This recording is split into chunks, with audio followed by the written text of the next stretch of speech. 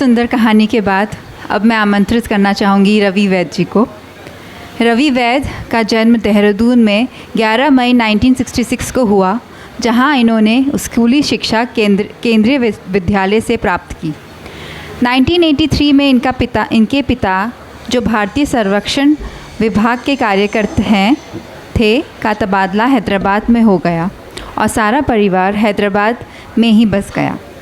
आगे की शिक्षा बीएससी तथा पीजी डिप्लोमा आपने उस्मानिया यूनिवर्सिटी से प्राप्त कर अपनी प्रिंटिंग और ग्राफिक डिज़ाइन का काम 1989 में शुरू किया, जो ये आज भी कर रहे हैं।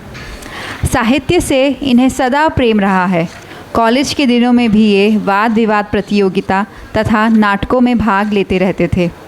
उन्हीं दिनों इनके द्वारा रचित अंग्रेज़ी कविताएं ऑल इंडिया रेडियो हैदराबाद द्वारा इनकी आवाज़ तथा एक कार्यक्रम हैदराबाद दूरदर्शन से भी प्रसारित हुआ। कई वर्षों तक व्यापार की जटिलताओं और पारिवारिक जिम्मेदारियों के चलते ये साहित्य से दूर हो गए थे, परंतु जब साहित्य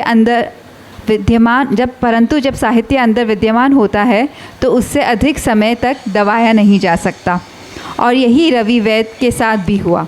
कविता ज्वालामुखी की तरह फूट पड़ी, जो आगे चलकर कहानी का रूप लेते हुए उपन्यास लेखन तक पहुंच गई। वर्ष 2019 में इनका उपन्यास प्रतिशोध प्रकाशित हुआ, जो कि काफ़ी सराहा जा रहा है, और यह उपन्यास अमेज़ॉन पर भी उपलब्ध है। शीघ्र ही ये अपना दूसरा उपन्यास आरंभ करने जा रहे हैं। आपने कुछ तेलुगु तथा हिंदी फिल्मों और विज्ञापन में भी अभिनय किया है। मंच संचालन का भी इन्हें अच्छा अनुभव है। कुछ दिन पूर्व ही इन्हें हैदराबाद दूरदर्शन में हिंदी कार्यक्रम की स्क्रिप्ट लेखन के लिए चुना गया है। रवि वैद आज आपके सामने अपनी बहुत ही चहेती कहानी पोर्ट्रेट प्रस्तुत करने जा रहे हैं। रवि वैद। करता हूँ, समय का अभाव होता जा रहा है, तो कहानी है कि यह वह समय था जब भारत आज़ाद नहीं हुआ था, पर आज़ादी की हवा गर्म हो रही थी। हर किसी की ज़बान पर बस यही बात होती कि अब आज़ादी मिलने में ज़्यादा समय नहीं है, पर कुछ लोग अभी भी हकीकत से बेखबर ख्वाब में ये नहीं सोच सकते थे कि देश का बंटवारा होगा। छोटे मोटे दंगों की खबर तो तकरीबन रोज़ ही आने लगी थी। इन सब से बेखबर लाहौर के नज़दीक एक छोटे से कस्बे में एक डाकिया रामलाल अपने परिवार के साथ रहा करता था। परिवार में उसकी पत्नी लाजवंती और 6 साल का पुत्र दुर्गेश, जिसे प्यार से सब दुर्गा बुलाते थे, रहा करता था। रामलाल रोज़ सुबह साइकिल से लाहौर के बड़े डाकखाने जाता और चिट्ठियाँ, मनी ऑर्डर और पार्सल लेकर गांव के पास बांटने चला जाता। उसे रोज़ तकरीबन 30-40 किलोमीटर साइकिल चलानी पड़ती थी। रास्ते में उसका घर पड़ता तो रामलाल दोपहर का खाना खाने के लिए चला जाया करता था। खाना खाकर रामलाल कभी थोड़ा सुस्ता लेता तो कभी नींद की झपकी ले लिया करता था। कई दिनों से रामलाल देख रहा था कि दुर्गा जब भी देखो कागज़ पेंसिल लिए कुछ ना कुछ बनाता रहता था। कभी कोयले से दीवार पर तो कभी चौक से स्लेट पर। उसके लिए हर वह चीज़ जिस पर लिखा जा सकता था एक कैनवस हुआ करती थी। धीरे धीरे उसके बनाए हुए चित्रों में सुधार होने लगा और ऐसा लगने लगा मानो किसी मजे हुए चित्रकार ने बनाए हों। चित्र तो रामलाल को भी पसंद आते थे, पर वह चाहता था कि दुर्गा चित्रकारी छोड़कर किताबें पढ़े और बड़ा होकर किसी सरकारी महकमे में अच्छे पद पर नौकर हो जाए। एक दिन दुर्गा ने रामलाल के थैले में एक बड़ा सा लिफाफा देखा तो उसे लिफाफा एक कैनवस के जैसा दिखा। दुर्गा ने लिफाफे के पिछली तरफ चित्र बनाने लगा। रामलाल खाना खाकर सो रहा था तो दुर्गा ने चित्र बनाकर पिता के डर से लिफाफा चुपके से वापस डाक वाले बस्ते में रख दिया। वह बड़ा सा लिफाफा पास के गांव में सेना की छावनी के एक अंग्रेज़ अफसर माइकल क्लार्क का था। अब यह किस्सा अक्सर होने लगा। जब भी क्लार्क साहब का कोई बड़ा सा लिफाफा आता, दुर्गा फ़ौरन उसे कैनवस बना चित्र बनाने में जुट जाता और रामलाल के उठने से पहले ही लिफाफे को बस्ते में डाल देता। एक बार दुर्गा ने रामलाल के किसी सरकारी लिफाफे के सामने वाली तरफ चित्र बना दिया तो रामलाल ने लिफाफा देखते ही देख लिया। घर पहुंचकर रामलाल ने दुर्गा की जमकर धुलाई की। बेचारा दुर्गा रोते रोते माँ की गोद में सो गया। बच्चे जल्दी किसी बात को भूलते नहीं हैं, तो दुर्गा ने भी माँ के डर से रामलाल के डाक वाले बस्ते को हाथ नहीं लगाया, कई दिन तक नहीं लगाया। और फिर कुछ दिन बाद एक बार जब फिर उसने एक बड़ा सा लिफाफा देखा तो फिर उस पर चित्र बनाने लगा। और इस बार उसने पेंसिल से स्केच बनाया जिसमें एक पिता अपने छोटे से पुत्र को पीट रहा था। स्केच बनाने के बाद दुर्गा ने लिफाफे को हिफाजत से रामलाल के बस्ते में रख दिया। उस दिन तक उसे अभी तक मार उसके जहन में ताज़ा थी। काफ़ी दिनों तक क्लार्क साहब का कोई ख़त नहीं आया तो रामलाल को भी छावनी जाने का मौका ना मिला। फिर एक दिन क्लार्क साहब के लिए बहुत बड़ा सा लिफाफा आया जो बहुत ज़रूरी उन तक पहुंचना था। रामलाल को आदेश हुआ कि सब काम छोड़कर पहले डाक को पहुंचाया जाए। सो रामलाल डाक लेकर सीधा क्लार्क साहब के बंगले पर पहुंचा। क्लार्क साहब बरामदे में ही खड़े थे, मानो रामलाल का ही इंतज़ार कर रहे हों। रामलाल से डाक लेकर क्लार्क साहब ने उसे पलटकर देखा और फिर खोलकर पढ़ने लगे। रामलाल जाने लगा तो क्लार्क साहब ने उसे रोका और बैठने का आदेश दिया। खत पढ़ने के बाद उन्होंने रामलाल से पूछा, तुम डाकखाने से डाक लेकर कहाँ कहाँ जाते हो? बिल्कुल सच सच बताना, डरने की ज़रूरत नहीं है।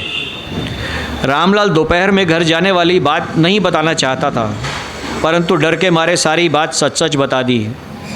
क्लार्क साहब ने पूछा, क्या तुम्हारे घर में कोई चित्रकारी करता है?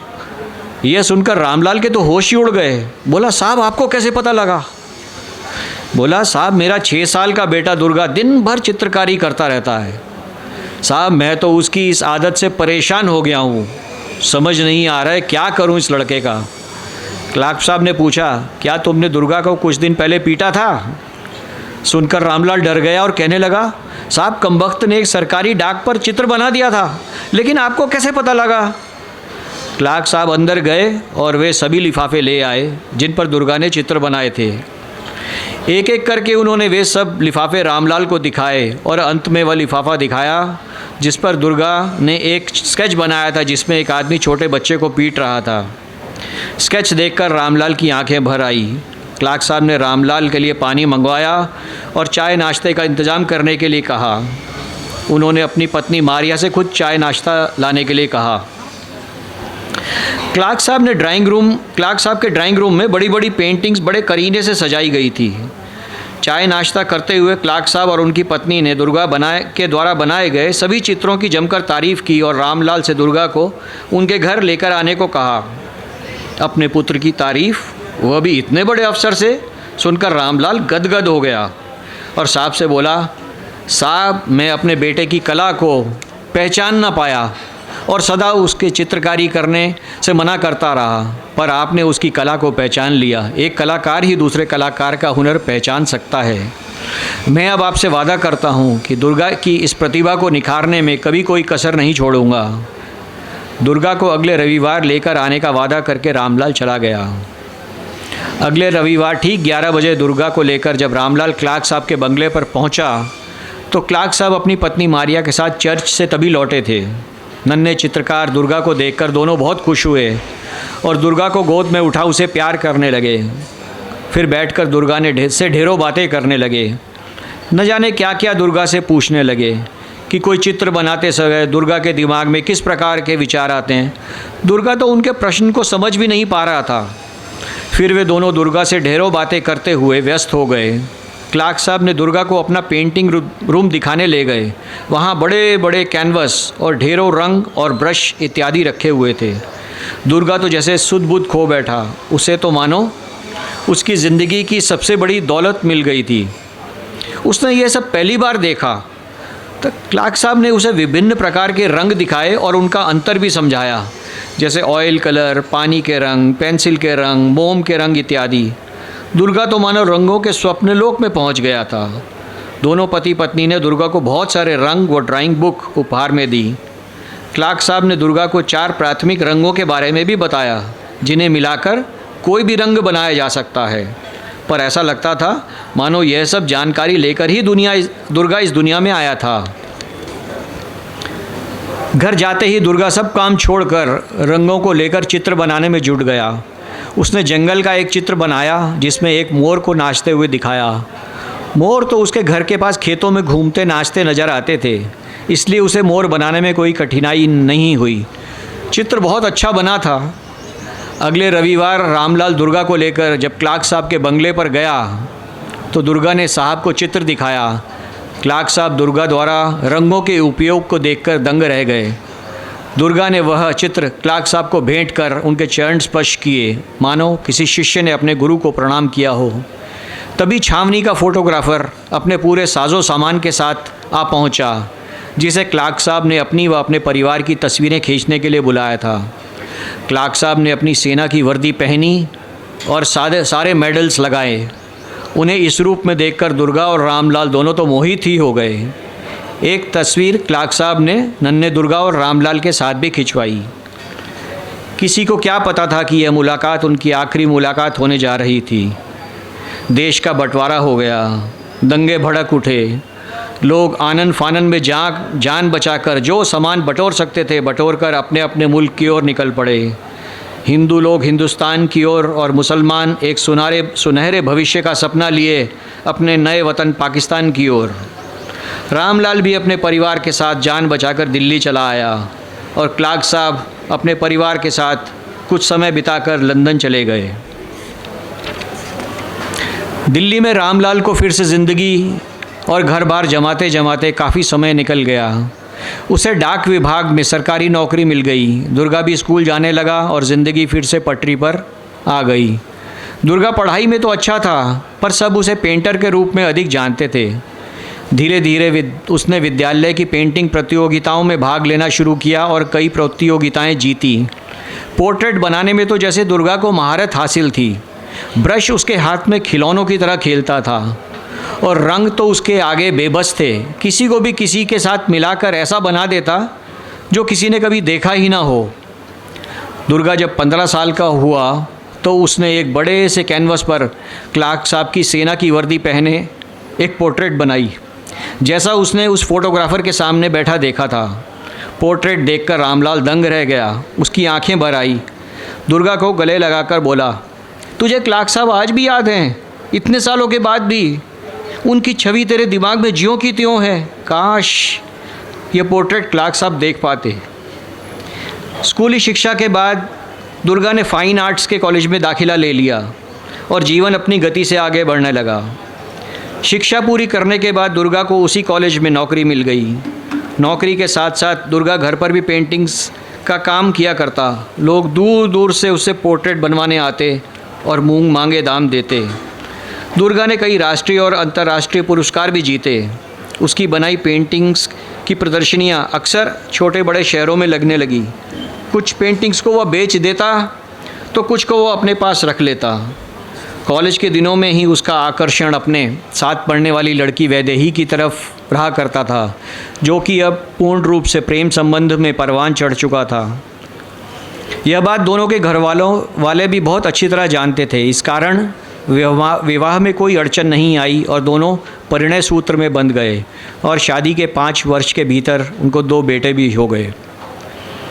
रामलाल और उसकी पत्नी का वृद्ध अवस्था के कारण निधन हो गया।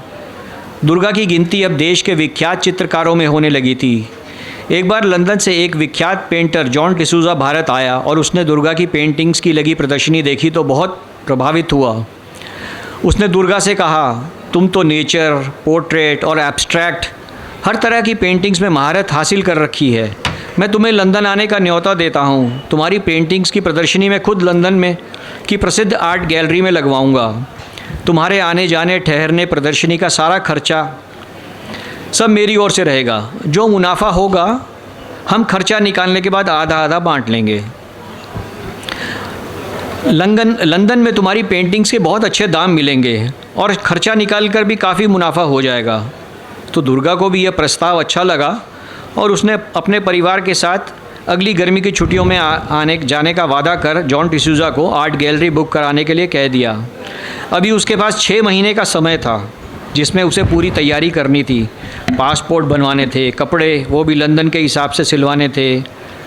उसने बहुत विचार करने के बाद अपनी बेहतरीन पेंटिंग्स की सूची बनाई और सारा सामान पैक करवाकर 15 दिन पहले ही रख लिया। परिवार भी साथ जा रहा था, इस कारण पत्नी वैभवी और बच्चे भी बहुत उत्साहित थे। एयर इंडिया की फ़्लाइट से जब वे लोग हीथ्रो एयरपोर्ट पहुँचे तो जॉन और उसका परिवार फूलों के गुलदस्ते लिए उनका स्वागत करने के लिए इंतज़ार कर रहा था। जॉन उसको एयरपोर्ट से सीधा अपने घर ले गया। प्रदर्शनी शुरू होने में अभी 1 हफ़्ता बाकी था, तो जॉन व उसके परिवार ने दुर्गा और उसके परिवार को पूरा लंदन घुमाया और बहुत सारे तोहफे भी दिए। प्रदर्शनी पूरा 1 हफ़्ता चलनी थी। पहले 2 दिन नेचर्स पे बनी पेंटिंग्स और अगले 2 दिन एब्स्ट्रैक्ट पेंटिंग के लिए रखे गए थे, और आखिरी के 3 दिन दुर्गा की सबसे पसंदीदा पेंटिंग की विधा पोर्ट्रेट के लिए छोड़ दिए गए थे। यह इसलिए कि लोग अपनी पसंद के अनुसार प्रदर्शनी के दिन का चुनाव कर सकें। जॉन ने काफ़ी पहले से प्रदर्शनी के विज्ञापन अखबारों में देने शुरू कर दिए थे। अधिक लोगों को आकर्षित करने के लिए प्रवेश भी निःशुल्क रखा गया था। दुर्गा और उसकी उपलब्धियों के बारे में भी लोगों को पहले से जानकारी दे दी गई थी। प्रदर्शनी का उद्घाटन लंदन में भारतीय राजदूत द्वारा किया गया। भारतीय मूल के लोग काफ़ी संख्या में आने लगे थे। किसी भारतीय चित्रकार की लंदन में यह पहली प्रदर्शनी थी। कुछ चित्रों पर मूल्य लिखा था जिन्हें दुर्गा ने केवल बेचने के लिए बनाया था। जो दुर्गा को अति प्रिय थी वे बिकाऊ नहीं थी। जो पेंटिंग्स एक बार बिक जाती उस पर सोल्ड आउट का पर्चा लगा दिया जाता, पर प्रदर्शनी से हटाया नहीं जाता था। प्रदर्शनी काफ़ी अच्छी चल रही थी। सभी मुख्य समाचार पत्रों में प्रदर्शनी की खबरें लगातार छप रही थी। देखते देखते प्रदर्शनी का अंतिम दिन आ पहुंचा। सभी काफ़ी थक चुके थे। इतने लंबे समय तक किसी भी शहर में दुर्गा द्वारा बनाए गए चित्रों की प्रदर्शनी नहीं लगी थी। शाम के 5 बजे प्रदर्शनी खत्म होनी थी और रात को जॉन ने दुर्गा के सम्मान में अपने घर पर कुछ दोस्तों और रिश्तेदारों को डिनर पर बुलाया था। 4 बजे के करीब एक वृद्ध अंग्रेज़ दंपति प्रदर्शनी देखने के लिए आए। लगता था उनकी रुचि केवल पोर्ट्रेट में थी, इसलिए उन्होंने आखिरी दिन का चुनाव किया था। दोनों बड़े गौर से सभी पोर्ट्रेट देख रहे थे, जैसे वैसे वे भारतीय संस्कृति से परिचित थे। प्रदर्शनी में दुर्गा ने क्लार्क साहब का पोर्ट्रेट भी रखा था। जैसे ही दोनों ने क्लार्क साहब का पोर्ट्रेट देखा तो वहीं रुक गए। उनके कदमों ने जैसे ज़मीन को पकड़ लिया। कभी वे पोर्ट्रेट को देखते तो कभी एक दूसरे को। सब सोचने लगे किसी भारतीय द्वारा किसी अंग्रेजी फ़ौजी अफसर का पोर्ट्रेट बनाना शायद इन्हें अच्छा लगा होगा। उन्होंने दुर्गा को पास बुलाया और पोर्ट्रेट के बारे में पूछा, क्या तुम इस अफसर को जानते हो? दुर्गा ने कहा, यह पोर्ट्रेट मेरे सबसे पसंदीदा पोर्ट्रेट है। मैं बता नहीं सकता ये किसकी पोर्ट्रेट है। ये मेरे जीवन और इस पोर्ट्रेट का मेरे जीवन में क्या योगदान है, ये तो मेरे भगवान हैं। आपको बताता हूँ, यह हमारे क्लार्क साहब का पोर्ट्रेट है। और उसने उन्हें अपने बचपन की सारी बातें बताई। वे अंग्रेज़ दंपति और कोई नहीं, खुद क्लार्क साहब और उनकी पत्नी मारिया थे। क्लार्क साहब ने दुर्गा से उसके पिता का नाम पूछा, तो जब दुर्गा ने उन्हें अपने पिता का नाम रामलाल बताया तो वो एक दूसरे को सहमति की निगाह से देख मुस्कुराने लगे। अपने अंदर के कुतूहल को काबू में रखते हुए उन्होंने दुर्गा से पोर्ट्रेट को बेचने के लिए कहा, तो दुर्गा ने साफ इनकार कर दिया। यही तो एक निशानी है मेरे पास क्लार्क साहब की, इसे तो मैं किसी कीमत पर नहीं बेच सकता। सुनकर दोनों पति पत्नी भाव विभोर हो गए और उन्होंने कहा, पोर्ट्रेट मत बेचो, पर एक वादा करो, यह पोर्ट्रेट लेकर कल तुम हमारे घर आओगे। हम भी तुम्हें कुछ दिखाना चाहते हैं जिसे देखकर शायद तुम ये पोर्ट्रेट हमें बेचने के लिए तैयार हो जाओ। सुनकर दुर्गा हंस पड़ा और बोला, पोर्ट्रेट तो मैं नहीं बेचूंगा, पर हाँ, मैं आपके घर ज़रूर आऊँगा यह देखने के लिए कि वह कौन सी चीज़ है जो मुझे यह पोर्ट्रेट आपको बेचने पर मजबूर कर सकती है। दुर्गा ने जॉन को बुलाया और उस अंग्रेज़ दंपति का पता समझने के लिए कहा। क्लार्क साहब ने दुर्गा और जॉन दोनों को सपरिवार आने का आग्रह किया, जिसे उन्होंने सहर्ष स्वीकार कर लिया। अगले दिन ठीक 11 बजे दुर्गा व जॉन अपने परिवार सहित क्लार्क साहब के घर पहुँचे। घर काफ़ी बड़ा व आलीशान था, जैसे किसी ख़ानदानी रईस का आलीशान बंगला हो। क्लार्क साहब ने भी अपने सारे परिवार को बुला रखा था। ऐसा प्रतीत हो रहा था जैसे कोई समारोह हो। स्वागत औपचारिकताओं के बाद दुर्गा ने क्लार्क साहब से आग्रह किया कि वे उसे वह चीज़ दिखाएं जिसका जिक्र उन्होंने कल किया था। क्लार्क साहब ने उसको अपने घर के बाहर लॉन में आने के लिए कहा, जहां पर एक बड़ा सा चित्र कपड़े से ढक कर रखा गया था। क्लार्क साहब ने दुर्गा से चित्र पर से कपड़ा हटाने के लिए कहा। जैसे ही दुर्गा ने चित्र पर से कपड़ा हटाया, उसकी आंखें खुली की खुली रह गई। यह वही फ़ोटोग्राफ था जो क्लार्क साहब ने अपने लाहौर की छावनी वाले बंगले पर खिंचवाया था। फ़ोटो को देखते ही दुर्गा सब कुछ समझ गया और उसकी आंखें ऐसी छलकी कि आंसू रुकने का नाम ही नहीं ले रहे थे। बस एक टक क्लार्क साहब और मारिया मेम साहब को देखता चला गया। शब्द कंठ से बाहर नहीं आ रहे थे। उसने अपने पिता रामलाल के शब्द को याद हो आए कि अगर क्लार्क साहब ये पोर्ट्रेट देखते तो कितने खुश होते। दुर्गा ने खुद को संभालते हुए क्लार्क साहब और मारिया मेम साहब के पैर छुए तो दोनों ने दुर्गा को गले से ऐसे लगाया, वैसा ही प्यार करने लगा जैसे उस दिन पहली बार दुर्गा को देखकर गोद में उठा लिया था। जो किसी ने सपने में ना सोचा था वह यथार्थ में सामने था। क्लार्क साहब ने दूसरी तस्वीर पर से खुद कपड़ा हटाया जिसमें क्लार्क साहब मारिया मेम साहब के साथ रामलाल खड़ा था और उसके साथ था छोटा सा 6 साल का दुर्गा। अभी तक किसी को भी पूरी स्थिति समझ में नहीं आ रही थी। बस इतना समझ रहे थे कि जो पोर्ट्रेट दुर्गा लेकर आया था यह उसी व्यक्ति की थी जिस पर क्लार्क साहब ने कपड़ा हटाया था। पोर्ट्रेट रंगीन होने और बड़ी होने के कारण तस्वीर से भी ज़्यादा अच्छी लग रही थी। क्लार्क साहब ने सबको विस्तार से पूरा घटनाक्रम समझाया। दुर्गा कहने लगा, आज मैं जो कुछ भी हूँ क्लार्क साहब के प्रोत्साहन की वजह से हूँ, वरना मैं तो किसी डाकखाने में क्लर्क होता। कुदरत का यह खेल देखकर सब अचंभे में थे, हकीकत पर विश्वास नहीं पा रहे थे। भोजन का समय हो गया। क्लार्क साहब ने सबको भोजन करने का आग्रह किया। आज दुर्गा के सम्मान में उन्होंने भारतीय खाना बनवाया था।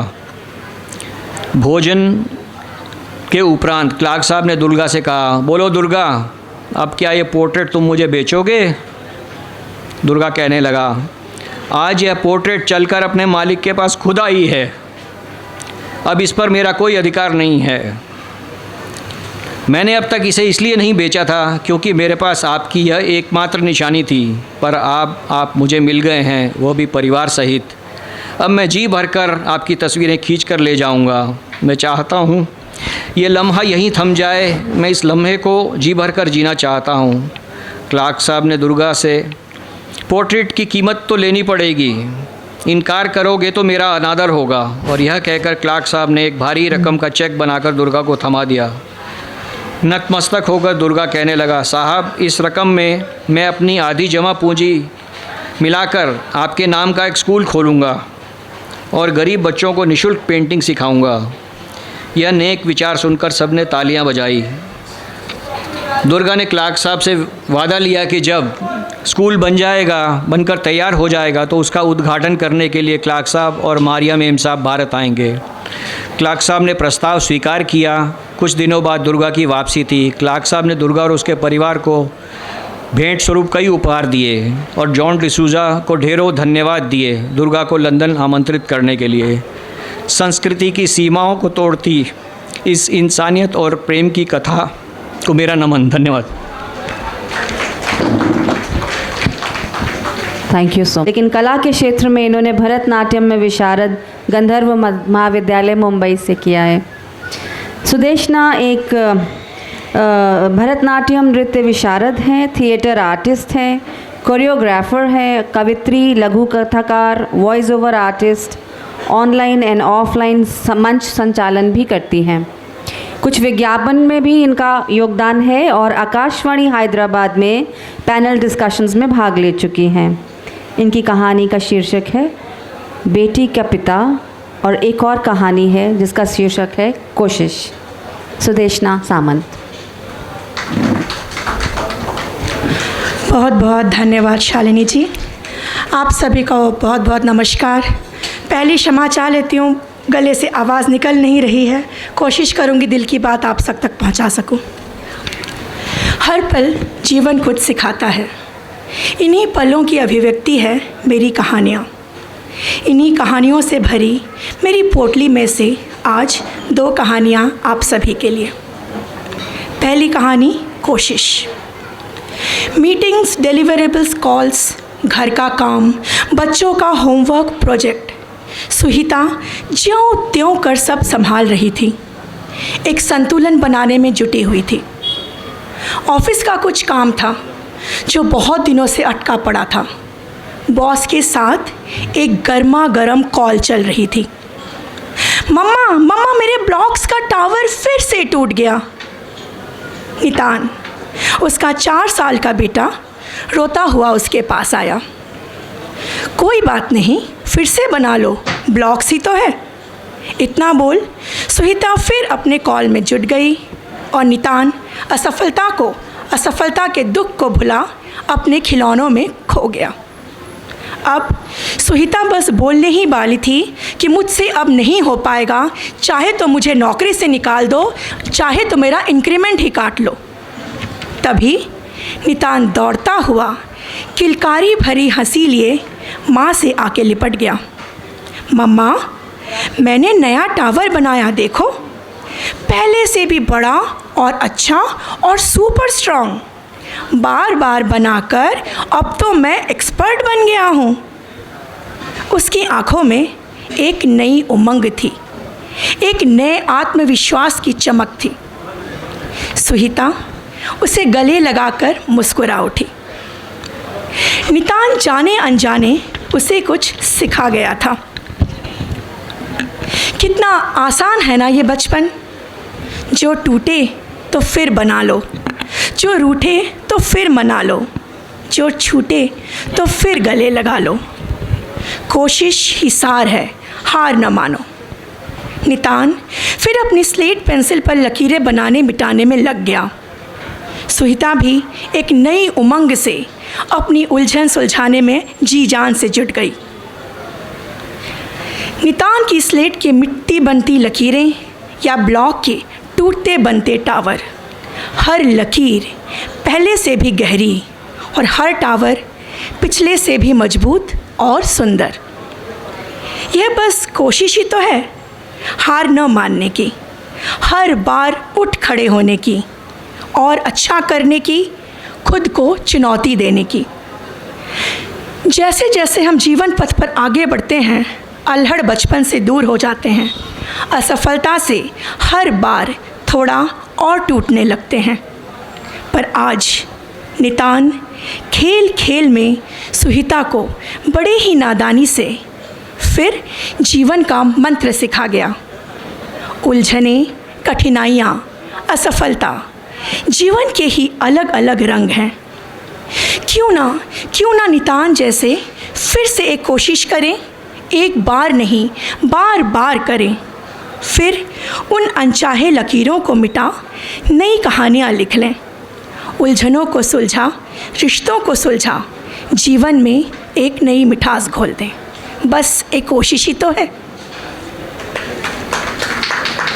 अब एक छोटी सी दूसरी कहानी आप सबके सामने, जिसका शीर्षक है बेटी का पिता। सत्येंद्र एक सेवानिवृत्त सरकारी अफसर है। अपने नाम की सार्थकता अनुसार कभी उसने गलत या अन्याय का साथ नहीं दिया। सत्येंद्र 2 लाडली बेटियों का पिता भी है, या कहूँ तो 2 पढ़ी लिखी, स्वावलंबी, सर्वगुण संपन्न बेटियों का पिता है, या कहूँ तो 2 विवाहित बेटियों का पिता है। बहुत धूमधाम से दोनों दिल के टुकड़ों की शादी करी थी। आज बड़ी बेटी की शादी के 15 साल हो गए हैं। सत्येंद्र बस मौन, सब देखता रहता है, सुनता रहता है। बेटी के घर के मामले में कुछ बोलना अनुचित होगा। सामाजिकता ने उसे मूक बना दिया है। पर आज वो अपनी पत्नी धैर्या से बोल ही पड़ा, बहुत अच्छा हुआ कि भगवान ने हमें कोई बेटा नहीं दिया, नहीं तो तुम भी शायद व्यवहार से सोच से कुटिल हो जाती, किसी और पिता की लाडली दुलारी बेटियों को सताती और खुद को श्रेष्ठ समझती। अपने रिश्ते में बड़े होने के मान में, गुमान में पता नहीं उन बेटियों और उनके माता पिता को कितने खून के आंसू पिलवाती।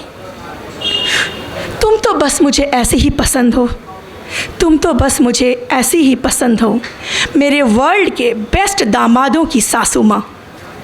ये बात तो सच है ना, दामाद तो हमेशा अच्छे ही होते हैं, है ना। प्यार से पत्नी को छेड़ता हुआ सत्येंद्र मॉर्निंग वॉक पर निकल गया और धैर्य सत्येंद्र के हिस्से के आंसू भी, अदृश्य आंसू भी चुपचाप पी गई। आखिर वो भी तो 2 बेटियों की माँ थी ना, 2 बेटियों की माँ थी। धन्यवाद।